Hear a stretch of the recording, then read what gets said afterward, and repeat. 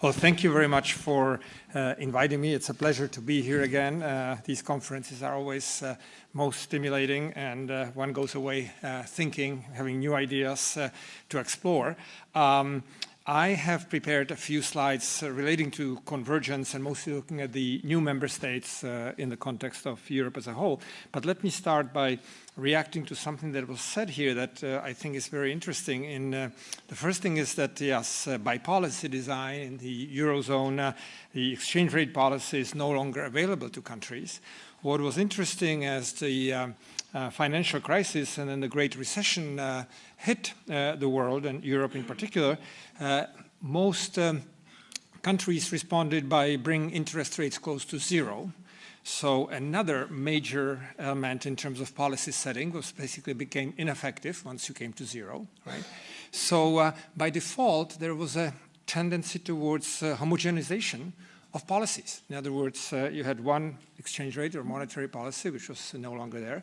You couldn't use diversity in interest rate policies because you went to zero, right? So Europe, in some sense, forced itself, many other countries in the world too, to rely on whatever remained with varying degrees of intensity.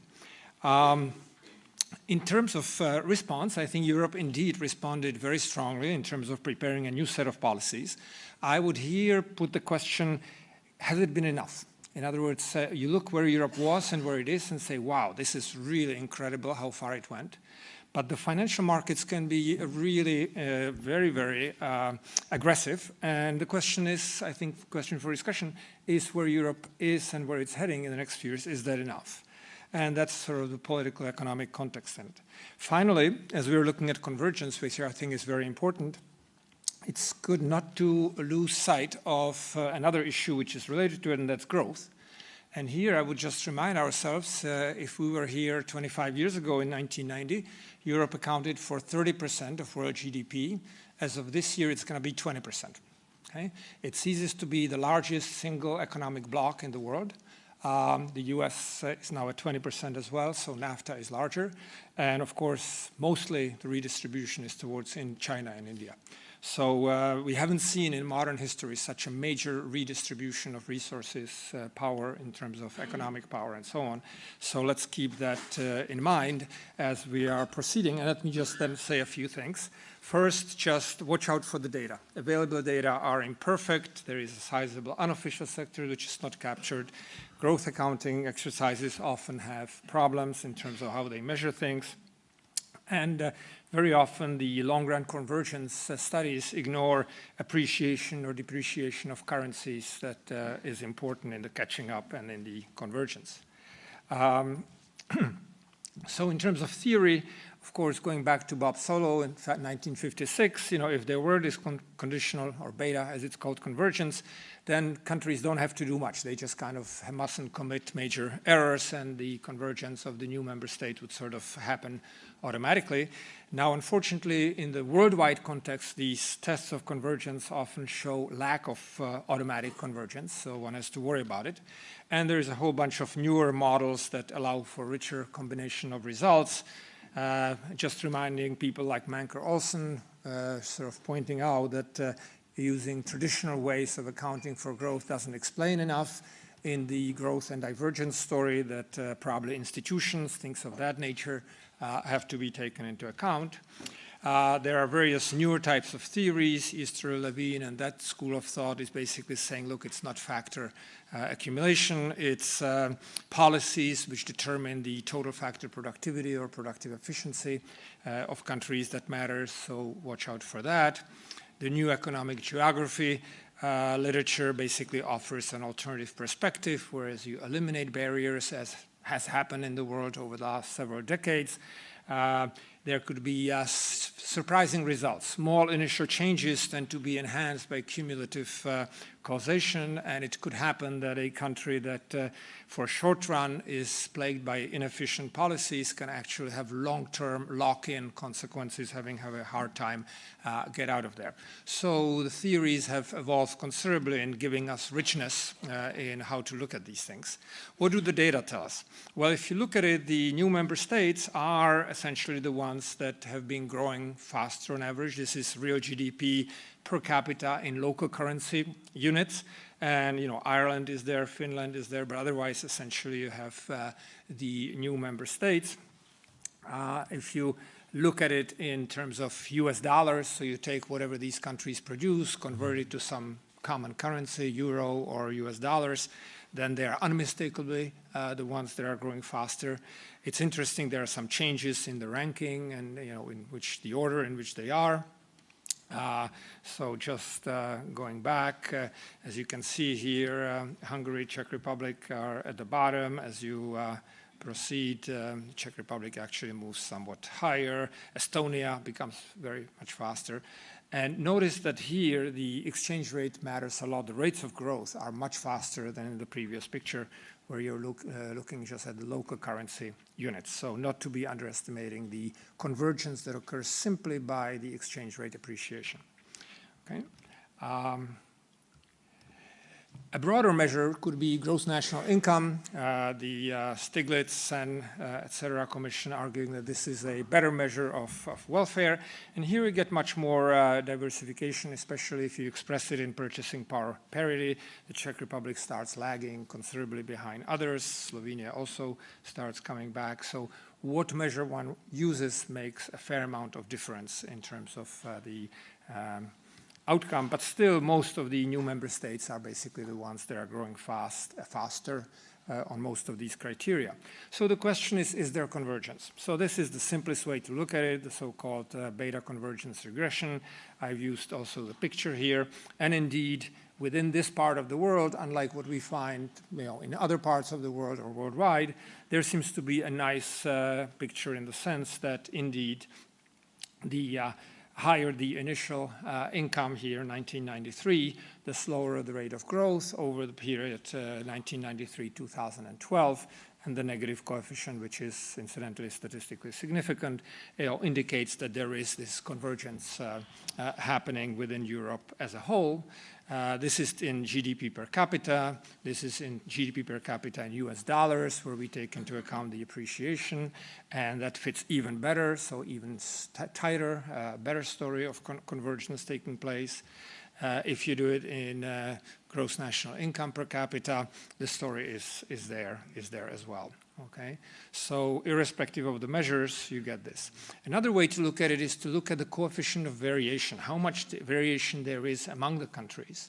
This is the so-called sigma convergence here. And look at the blue line, which is the new member states.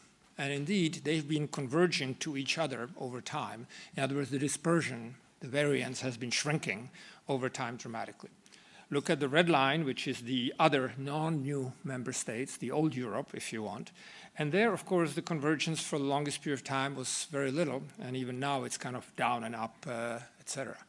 The green line gives us all of Europe, and that's converging from a relatively high level because the new member states, of course, cause diversity to begin with. But it's the new member states convergence that's bringing about the convergence of all of Europe. Okay? The decline in the green line is brought primarily by the decline in the blue line, which is the new member states. So they're doing good in terms of converging to each other. They're doing good in terms of causing smaller variation within Europe as a whole over time. So this is just the summary of that. Plus, I think that what's important is that the model that has been pursued here implicitly in practice is that these new member states have depended very much on export and inflow of foreign direct investment and liquidity.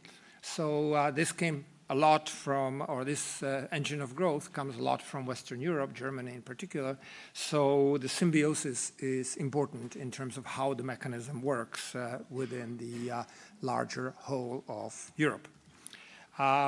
There are numerous studies of sources of growth, and as you can see, the countries differ in terms of taking their entire growth in GDP as to how much is due to adding labor, how much is due to total factor productivity, and how much is due to adding capital.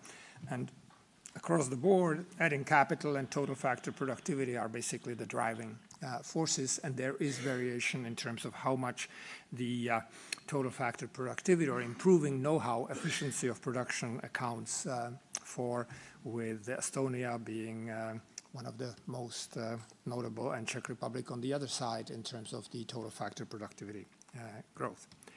So I think the questions that come out of this is the speed of convergence high enough? Is the original growth model relying on export and FDI sustainable? And which features / policies lead to faster and slower growth? I think a good presentation should have a puzzle, so I have a puzzle for you.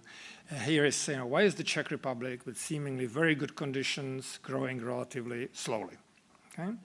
And historical picture, Angus Madison, there's nobody as good as he is in giving us historical picture. Czechoslovakia, converging from 1870 to 1950 to being basically at par with Austria in these kinds of calculations. Hungary, Poland as well, approaching, converging. Then there is the huge divergence under communism, and of course the transition recession adding to it, and adding to it more in terms of Czech Republic than the others. So Czech Republic sort of diverging more, even from higher level. This is the convergence to Austria story for the Czech Republic, and unless you use the red line, which is GDP per person employed, which is special, the other two are basically indicating between 95 and 2012 there hasn't been much convergence relative to Austria.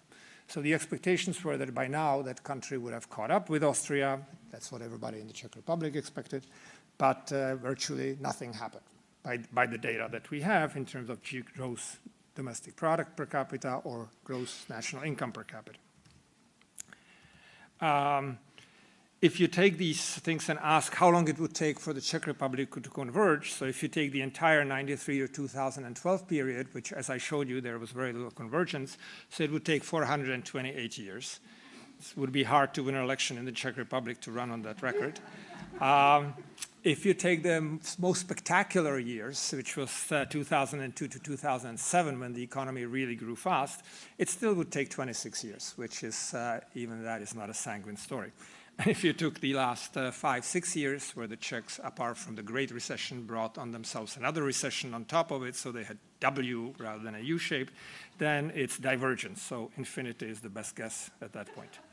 All right, so here you have pictures of the average speed of convergence, annual, but over different periods. The blue is the entire 95 to 2012, and then sort of sub-periods within it.